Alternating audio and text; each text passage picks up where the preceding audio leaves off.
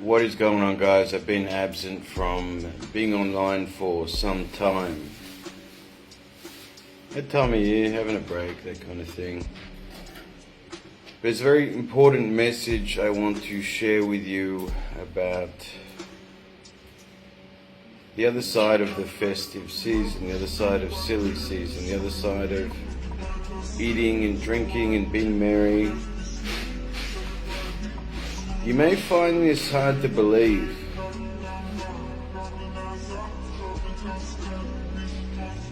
You may find this hard to believe. Not everyone is happy this time of year. Not everyone enjoys this time of year. Now, it may or may not have something to do with how much money you earn. It may or may not have to do something with connection with your family, with your friends, how you feel about yourself. Could be a number of things. I lost one of my best friends, it feels about 10 years ago now. Took his own life, shot himself, and this is just before Christmas. It wasn't the best phone call to get. And to this day, it still hurts. To this day, around Christmas time, I think about it. It didn't drive me to suicide or depression. I mean, it doesn't make me feel great. But there's something that his mother said to me, something that we had to talk about at the funeral.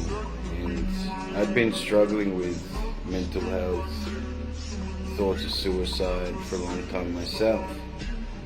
When your life seems pointless or empty, or there's no future, or if there is a future, it's not a very good one.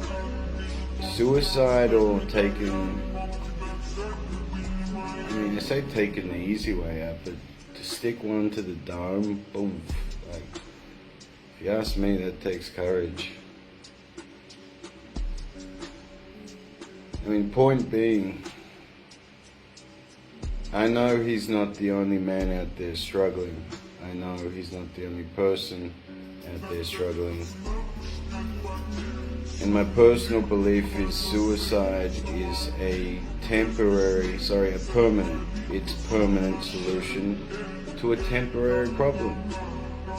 We've all had problems before, breakups, maybe business failure, divorce, lost custody of your kids. There's a number of things that can put you in this place, especially around Christmas time. I get that. What I want you guys to do for me is to connect, to reach out, to find the things that bring joy to your life. If you can hear that relentless meowing in the background, those are my cats. And I love those fucking things. They bring joy to my life. In once upon a time in my life, although I looked a certain way and I was the man people wanted to be and I had the life that people wanted, there was no joy, there was no happiness, there was no reason to live apart from the next paycheck or the next ticking the box or the next promotion or the next apartment or the next car or the next short-term pleasure, living for the weekend and that kind of shit. And if you ask me, that's really just buying time. It's like a karmic credit card, a suicide credit card, is it name, where you're just running that pain, you're delaying it, if you will, until the bill eventually comes, and it comes, and when it does, some people can't handle it. But I also want to say from my own experience that no matter how hard it gets, no matter how fucking bad it gets better. Because if you truly believe that you're at rock bottom, if you truly believe you're in the worst period of your life, well, wouldn't the good news be the only way is up now? Things can only get better. You have nothing to lose, as you see here on my chest, which is the very reason why I wrote those words. There's a period in my time around Christmas where I felt like I had nothing to lose. But you may feel like you have nothing to lose, but I guarantee you there's 1, 2, 3, 5, 10 people that could not live without you. Now you may feel like a letdown, you may feel like a failure, you may feel like shit man, however you want to describe yourself right now, I get that. But love is love, family is family, and sometimes friends are like family. And if you just reached out to a few people who genuinely care about you and spoke about the situation, or maybe spoke to a professional like me, you get the advice and you get the wisdom and you get the guidance on how to get out of that place, because you can get out of that place. The only way out of hell is to go through it. You can't stay there, you can't go backwards, you can't make it comfortable. This is what we do. We find ourselves in hell, so we get a VIP booth in hell. We get a couple of familiar faces in this hellscape, and we stay there and we try and survive, and nothing can survive there, nothing can thrive there. Your career, your relationship, you will die. More than one time. Until ultimately you either take your life or you die by poor health or a set of circumstances. I can tell you another friend of mine was also close to this time of year. He must have been having a bad night. He was on his motorcycle. One split second of not paying attention, he found himself riding into the back of a pickup truck, dead. Now, I'm not here to talk about the semantics of suicide or what someone thinks or why people think that way. I've made many videos on that. This is simply just a message to you watching this now. Maybe you're sitting in a dark hotel room like I used to do year after year, and I just did cocaine. I would just sit in a hotel and I would just do cocaine. I'm not proud of that, and I wouldn't recommend that. But that was the best coping mechanism I had found to not find myself pushed to the absolute limit of despair and darkness, where I thought I'll just end it. I made it through the silly season, so to speak. I made it through some very lonely Christmases as my mother and my friends were already dead. And then I started the new year as if nothing happened. And that time of the year came around, and that depression and that darkness came back.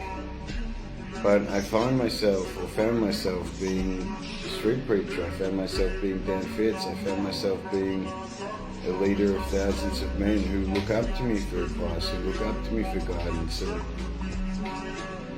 this is one where I'm going to kind of be vulnerable, where I still have those feelings. I still have those dark moments, but I just don't entertain them too much anymore. I don't let them affect my relationship or my enjoyment with my cats or my enjoyment with my business or my passion towards life or my relationship with God. I know some of you aren't at that stage yet where you don't want to believe in a God, and that's fine. It's up to you. I wouldn't recommend it, but God gave you free will. And having said that, God gave you free will, and I know it's easier said than done. But if you don't like where you are right now, it's what you did 6 months ago, it's what you did 12 months ago that led you to where you are now. And it's generally around Christmas time that we think and we reflect about the things we should have, could have, would have done, but didn't. And they've led us to this place where it's basically, I don't want to live like this anymore. I've been there. I can tell you I've been there. And life is worth living. And the best is yet to come. Not just for me, but for you. If you believe that. And once you believe that and you can see a life better than what you have now, because that's free. It's free to choose that belief. It's free to see something else. Sure, you'll need to put in the work eventually. Maybe find a mentor, a trainer, a program, knowledge. I used to read books in the library. It's free.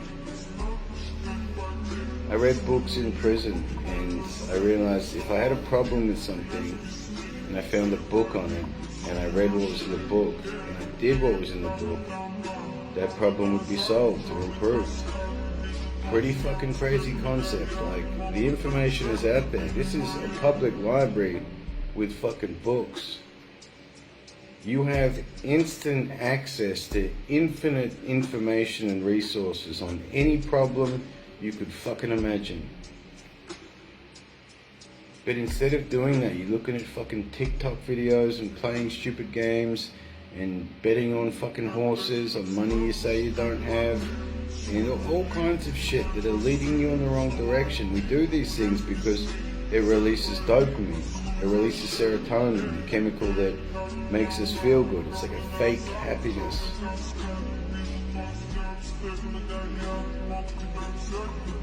Face reality. Face the darkness. Face yourself. And embrace the pain. Learn to love it, learn to love yourself, learn to love your life. And 5-10 years will pass, it always does. And you can look back and you can think, fuck, when I listened to that guy around Christmas time telling me that I don't have to be here, and I changed, and I did change. Holy fuck, I did it. Because the unfortunate reality is some people don't ever change. That's the life that they live. My mother died in a trailer park at a very young age, and she shouldn't have had to. But that was her choice. And again, another person that left behind unnecessary, undealt with pain that is just dumped on my payload of what I seem to have unlimited sources of pain, not just from my own life, but from all the other people that decided to check out instead of dealing with it. So if you can't do it for yourself, do it for the people that you care about, because I can tell you from my own experience, it's not fair. And I wouldn't wish the pain that I have to live most days on my fucking worst enemy. I'm not saying that is in like a pity party or a victim kind of way, not at all. The shit I've been through has made me fucking rock solid. It's made me incredibly strong. But I chose to let it make me that way. Because I could be like any other man that goes through shit, that goes through adversity, that loses people, and I start drinking and I start fucking destroying my life. And I can justify it. Because I can say, oh, this happened and that happened. But who's the person that has to live that life? Me. Who's the person that has to live your life? You. Snap out of it. I know it's hard, but it's not always going to be this way. And this time next year, I guarantee you, this time next year, if you just try every single day to change, to improve, to get better, who you are now and who you are this time next year will be like night and day, black and white.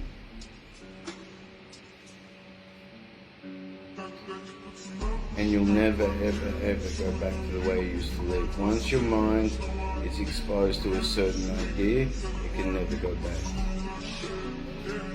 And all those years wasted, sitting in hotel rooms, dulling the pain with cocaine, isolating myself from society. I wish someone had said this to me. I had to learn the hard way, so I hope this piece of advice changes your life at the very least. I hope this kind of pulls you out of your rut during Christmas time. I get it. I used to hate it. Hate it. Last month or so I've been listening to Christmas songs. I don't mind it. Nothing has any meaning in this life except the meaning that you give to it. So don't get caught up on the why shit happened or how bad it is or things like that. Just try to see the lesson and the silver lining, so to speak, about why shit happened. Like I was saying about my friend and his mother, she said to me, the greatest gift Ryan gave to you, my friend, his name was Ryan, I could never kill myself after that, and I wanted to a lot. But from him doing it first and seeing the pain it left behind, there was no fucking way, there was no way I could do that to the people that I cared about. In fact, if he hadn't done it, I probably wouldn't be here today.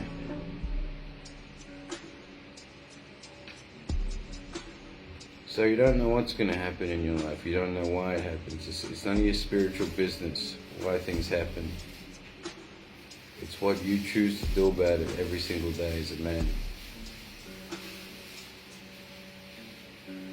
So go out and be great.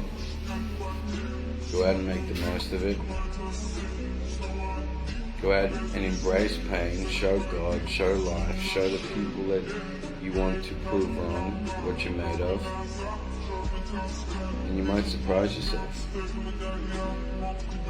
And if you're listening to this all the way through, if you're listening to this up until now, I dare say you've got what it takes. I dare say you're one of the rare few that can actually change, that actually wants to change, that will change. So if you can't do it for yourself, do it for me. So I didn't just give you 17 minutes of my time because I felt like talking about suicide and depression on Christmas for fun. Believe it or not. God bless. Godspeed.